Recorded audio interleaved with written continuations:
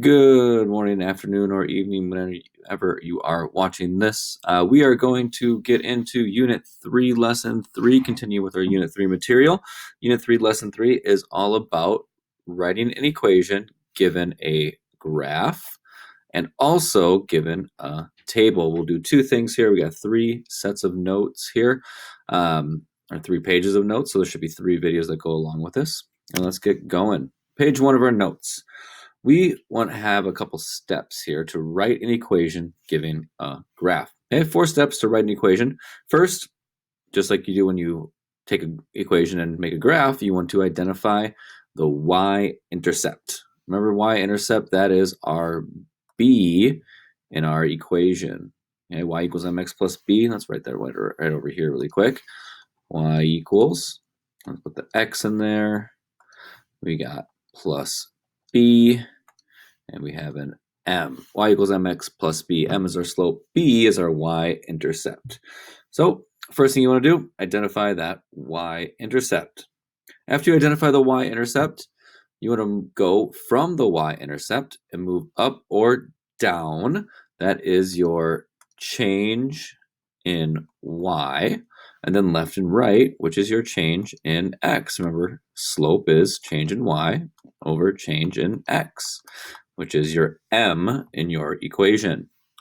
You're going to record the slope using that change in y and change in x. And then finally, you're going to write your answer in y equals mx plus b. Okay, so let's use those steps to take a graph and make an equation. Okay, first thing we got here is we need to identify our graph. First thing I notice, though, is that if I'm looking at this graph and I'm just kind of identifying things right away, I notice that my line is going downhill, which means it's going to be a negative slope. So if I want to, I could probably just put a boop, little negative sign right there, knowing that it's going to be a negative here soon. And we'll get to that. I notice that right away. Okay, first thing you want to do is you want to identify your y-intercept, your b. That's what we're going to identify first. So we take a look at our line, our blue line, and we go to where does it cross the y-axis. This is our y-axis, goes up and down. And we see that it crosses right here. Okay, so our y-intercept, we're going to count from our origin. We're going to count up 1, 2, 3, and 4. So our y-intercept is plus 4. We're just going to write 4 there. Okay, now we're going to look at our y-intercept, and we are going to count up or down to our next point. There's our next point. Well, we are going to count down, as you notice here, and we're going to count down just 1 unit. So it's going to be, since it's down, negative 1 unit. Okay, that's a negative 1. I went down, negative 1. Then I count my left and right, or left or right.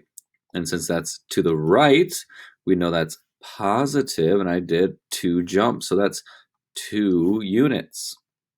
My change in x is 2 units.